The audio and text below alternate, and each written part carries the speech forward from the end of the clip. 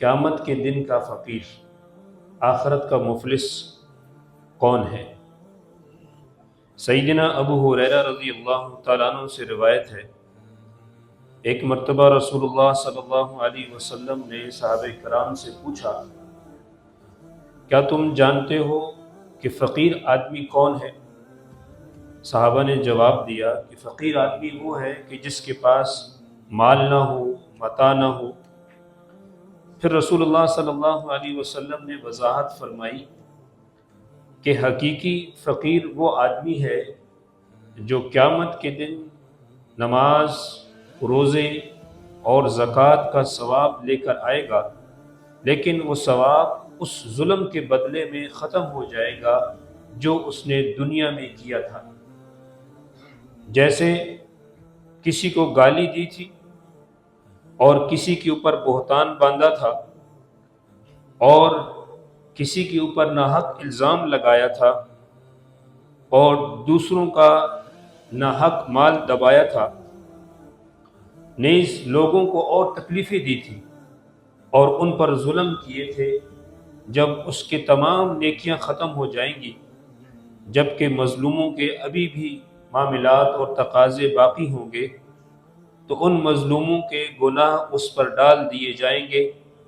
آخر کار اسے جہنم کی آگ میں ڈال دیا جائے گا۔ امام مسلم کی روایت میں ایک حدیث ہے جس میں بہت بڑی تنبیہ ہے کہ ایک حقیقی نقصان دنیا کے مال کا کھو جانا نہیں ہے، بلکہ آخرت میں اعمال کے ثواب کا ضائع ہو جانا ہے۔ ہو سکتا ہے کوئی شخص باقاعدگی کے ساتھ 5 وقت کی نماز پڑھ رہا ہو اور روزے بھی رکھتا ہو اور زکوٰۃ بھی ادا کرتا ہو، مگر یہ ساری کی ساری نیکیاں، یہ سارے کا سارا ثواب دوسروں پر ظلم کرنے کی وجہ سے ختم ہو جائے گا۔ خواہ وہ ظلم زبان سے کسی کو تکلیف دے کر کر رہا ہو، یا خواہ وہ ظلم اپنے ہاتھ سے کسی پر ظلم دے کر کر رہا ہو، یا خواہ وہ ظلم کسی کا ناحق مال دبایا ہوا ہے، یا کسی انسان کے عزت کو پامال کر رہا ہے، یہی لوگ آخرت کے حقیقی فقیر ہیں جو اللہ تعالیٰ کے سامنے نیکیوں کے ڈھیر لے کر حاضر ہوں گے۔ وہ نمازی بھی ہوں گے، وہ حاجی بھی ہوں گے، انہوں نے زکوٰۃ بھی دی ہوگی، لیکن آخر کار یہ سب کچھ ان کا دھرے کا دھرا رہ جائے گا اور سب کچھ کھو دیں گے، کیونکہ انہیں اپنے کیے ہوئے تمام ظلموں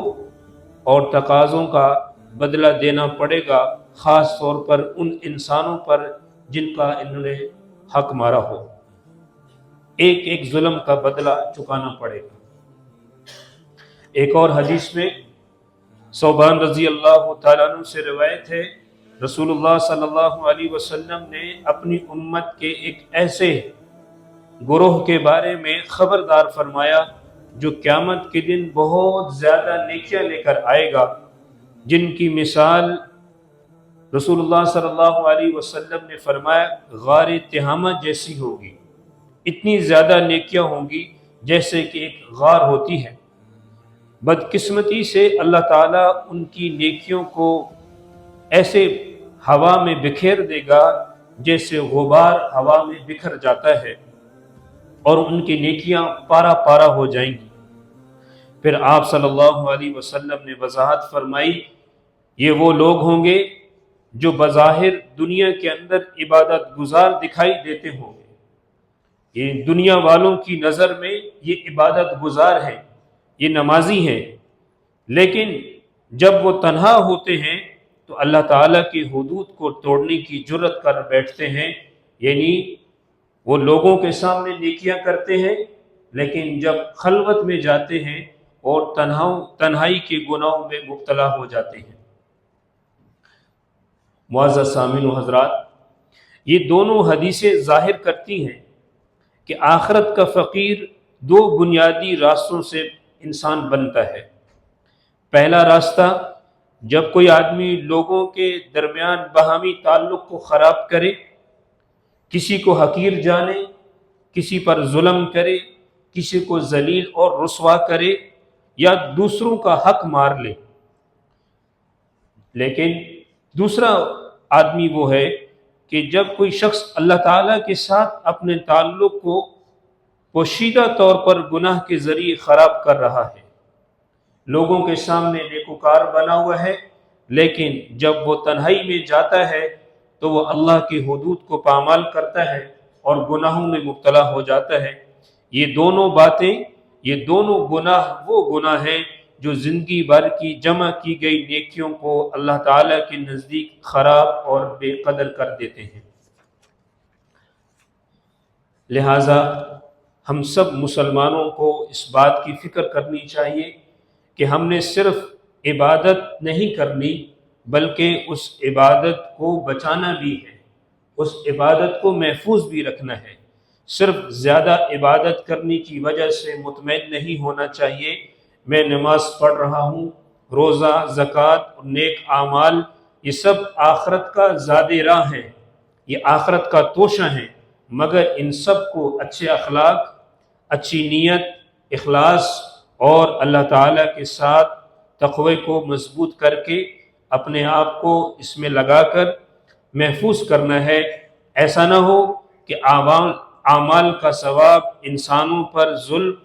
یا پوشیدہ طور پر کیے گئے گناہ کے سبب سب کچھ رائے گاں ہو جائے۔ اللہ تعالیٰ کے اس فرمان کے مطابق غور کریں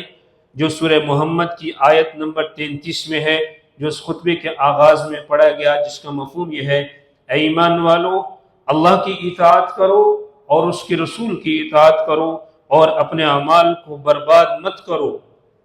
اپنے اعمال کو برباد مت کرو۔ یہ آیت ہمیں اس بات کی طرف توجہ دلاتی ہے